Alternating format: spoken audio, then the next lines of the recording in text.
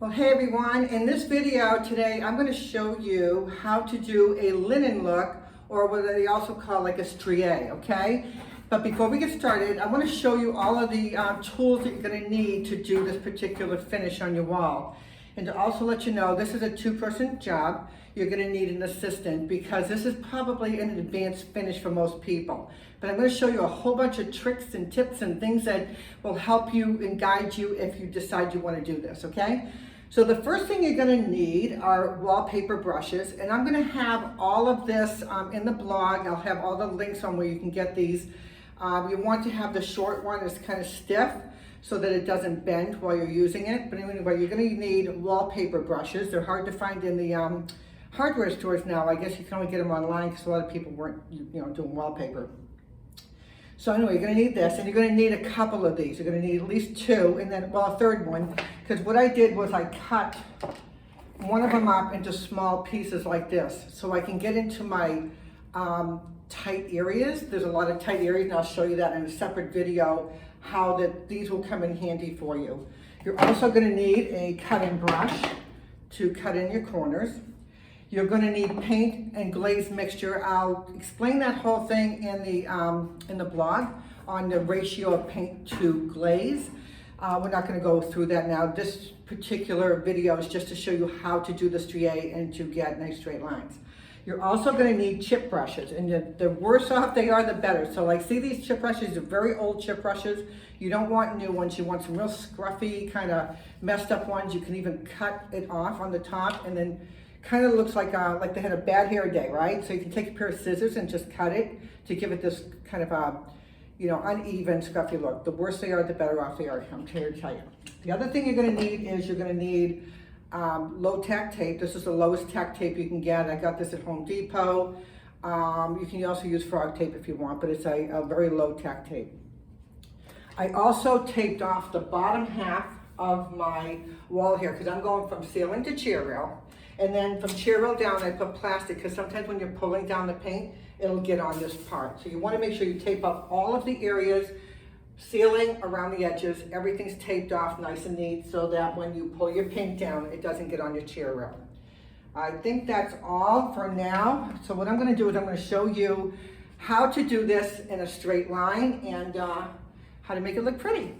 So what I'm going to do first is I'm going to first take my paint mixture, my glaze paint, and I'm just going to cut in an area up here, right there. I'm only going to use, I'm not going to do the whole wall at one time. I'm going to try and work within like the length of a wallpaper brush, or maybe like a little bit bigger. When you're working with glaze, you have a very short open time. You got to work wet on wet, you got to work fast. You can't be dilly-dallying around with this. When you're on a wall, you have to finish the wall. You can't stop in the middle of a wall. So if you have to go potty, go before you start. I'll explain this as we go. So here I am just cutting in the edge right here. So see how I just cut it in right here? Now what I'm going to do is I'm going to take a roller. You can use a roller. You're going to need two rollers. You're going to need a regular roller, and you're going to need a hot dog roller for the small areas. I'm just going to use a regular roller for this. So you just want to roll it on, nice and even. You don't want to roll it on super heavy, but you don't want to roll it on super thin. You just want to have a nice layer to it. If you go too heavy, what's going to happen is you can end up having to keep cold paint off, and if you go too thin, you won't have a line. So now that I have this on here, what I want to do is take my wallpaper brush. I'm going to start in the corner here, and I'm going to lean this up against the corner and just pull it straight down, okay? So this will give me a nice straight edge. So I'm up here on the top. I'm going to pull this down so I have a nice straight edge, and I'm going to use a clean one every time, and I'll explain why I'm doing this. I'll even show you why I'm doing this as we do the next step. We're going to do this a couple times because you can do this, but I'm going to tell you right now, you're not always going to get a perfectly straight line every single time. You're going to want to go over this twice. So the more you pull off, the lighter your finish will be. So when you're working with glaze, another thing is This glaze will dry at least 25% darker than what it looks like on the wall right now. So I'm gonna take my brush, my clean brush, and I'm gonna do that again. I'm gonna pull it down, just like that, and now I have a nice clean edge. Now what I'm gonna do is I'm gonna take my chip brushes and a rag. So what happens is I'm passing this off to my assistant, okay? And he's cleaning this off with a rag. He's taking the paint off for me so I have a clean one every single time. Then what I'm gonna do is take a rag and a chip brush, and I'm gonna go up here, and I'm going to pull this down right here, just so it blends in, right like that. You wanna get those lines out. So just take it very lightly, and don't go real short strokes. You wanna pull it down so you have a strie, just like this. The other thing I wanna do is I wanna go in here, and I see that there's a little bit of paint on my adjacent wall. I wanna wipe that off. But I wanna take this brush and I wanna just run it down the inside edge of that to get that paint that built up in there off. Because if you don't do that, you're gonna have a dark, dark edge all the way down. So take your chip brush, go in here and clean that off. Now on the bottom here, everything was pulled down. It's all in this chair rail down here. I'll try and do a zoom in so you can see this in the video.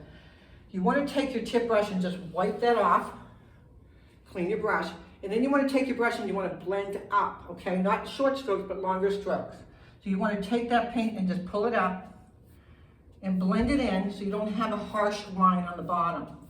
If you leave that way, you're gonna have a dark, dark line there. So you wanna take that and just lightly pull it up until it's gone. It's a little tricky, but after you do a bunch of walls like this, you're gonna get better and better at it. This is an advanced finish. But just know when you're working with glaze, you have some open time. You don't have a lot of open time. They usually say like you have 20 minutes open time or more. You really don't. You got about 5 minutes of open time. So you gotta work pretty quickly, and you want to pay attention to what you're doing. Now, if that comes like wiggly or if it didn't come out straight on this, use another brush. Like, see this brush here? I love this brush because this one here, I can get a straighter line. I can get more of that strie look with this. If the brush is too soft, all it's gonna do is blend it out. So you can just trade off brushes and use the ones that work the best for you. You'll find your favorites. Then what you're gonna do is you're gonna take your brush and you're gonna start again. You're gonna go from here over, work in small sections. Don't put a lot of paint on top of the bottom, okay? Because when you're pulling your paint down, you're gonna get a lot of it there. So you wanna just really lightly put paint here and here, and then you're gonna take your roller again, and then you're gonna roll it off.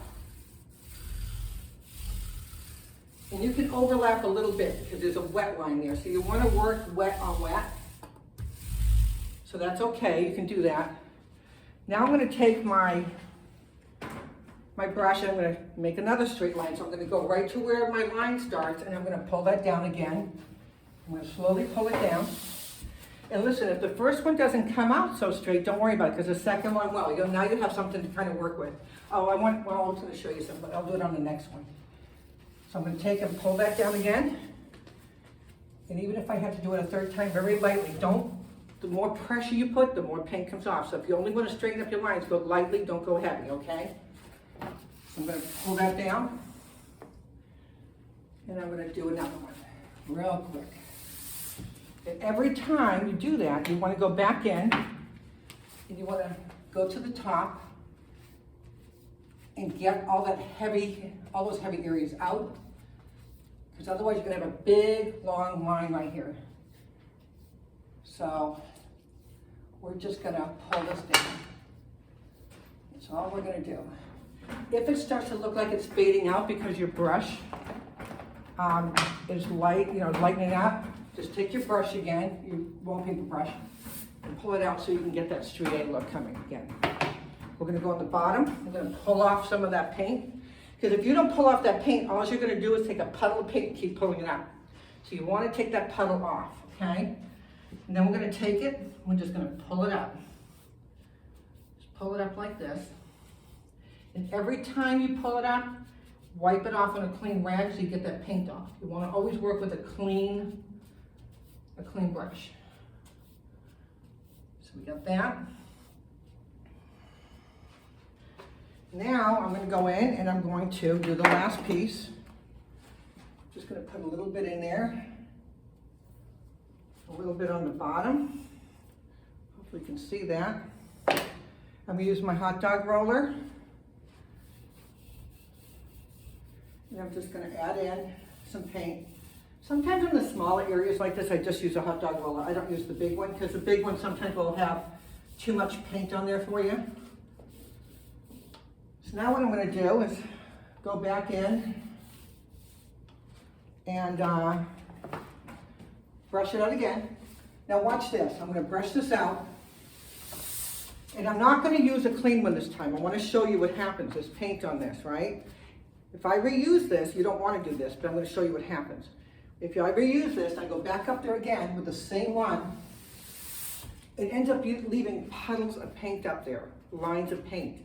And you don't want all that extra paint up there. You want to take it off and not put it on. So don't keep doing this. Don't do that. I know I'm showing you what not to do, but it's important to show you that too. See how I puddled all that paint up there? Now it's going to take me it's going to be a little harder for me to get that off.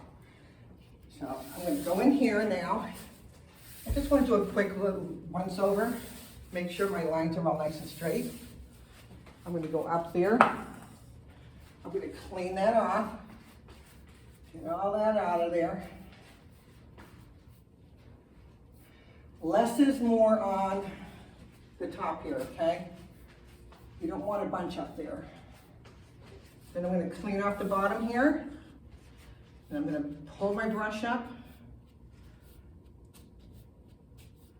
and get all that off and create a strie. See how I'm kind of going like this, pulling it up, pulling it up. If you do this all across the bottom, when it dries, you can have all these little lines. So you don't want to do that. You want to take it while it's wet, pull it up. Now the last thing I want to show you to do on here is when you're working on a wall like this, it's a little too smooth for me here. I want to take my brush, my little one, and all I'm going to do is create some strie here. Because what will happen is it'll kind of fade out and the lines will disappear, so I've just kind of created some more lines here. Now the last thing you want to do is you want to take your tape off while the paint is wet. And a couple of reasons for that. One, you want to make sure that, because if this dried and you pulled your tape off, it could take the paint off here. So that's one reason. The second reason is you want to take this off so that you can go in here with a rag, wrap it around your finger like this, and then you can go clean off your edge. So if you have any bleed coming through, you can literally just go in there and clean off the bleed with your rag. You can also see if you missed any spots down here, if anything's a little crooked, you can go in now and fix it before it dries. It has to be fixed before it dries. If you wait 5 minutes later, you can't fix it. You're done. So you have to go in and work while it's wet. So I'm going to go in here and look and see if I need to fix anything. If there's like a little heavy area right here, like a line, get it out because that will dry darker. So you want it to be lighter than darker, okay? Just pull it out. That's all you got to do with your little chip brush. And that's it. You want to do the same thing with the ceiling. Just pull it out, pull that off, and then go up here and fix your lines, and that's it. So I'm going to do another quick little video. I want to show you, actually I'm just going to move my camera around real quick. I want to show you why I did this and how these are going to be important to you as you're doing your finish. Okay, so I'm just going to move this here. Let's see. All right, see up over this door? We have all these little short areas up here. It is really hard to take your entire brush like this and go up here and do your faux finish. So you're going to need this to do these top areas like this, just to pull it down and then to get into your tight corners. So this will come in really handy. You might want to take an extra one and cut these up. And that is it. So I hope that was helpful. And if you have any questions, please don't hesitate to contact me. If you want the rest of the blog and how to do your paint to glaze ratio, you want some more tips, or you want all the links on where you can get all the products, just go to my website, Artsy Creations. That's A-R-T-Z-Y, F-A-R-T-Z-Y Creations. And just go to my blog, and I'll have everything in there for you. Thanks so much for joining me, and have a blessed day. Bye-bye.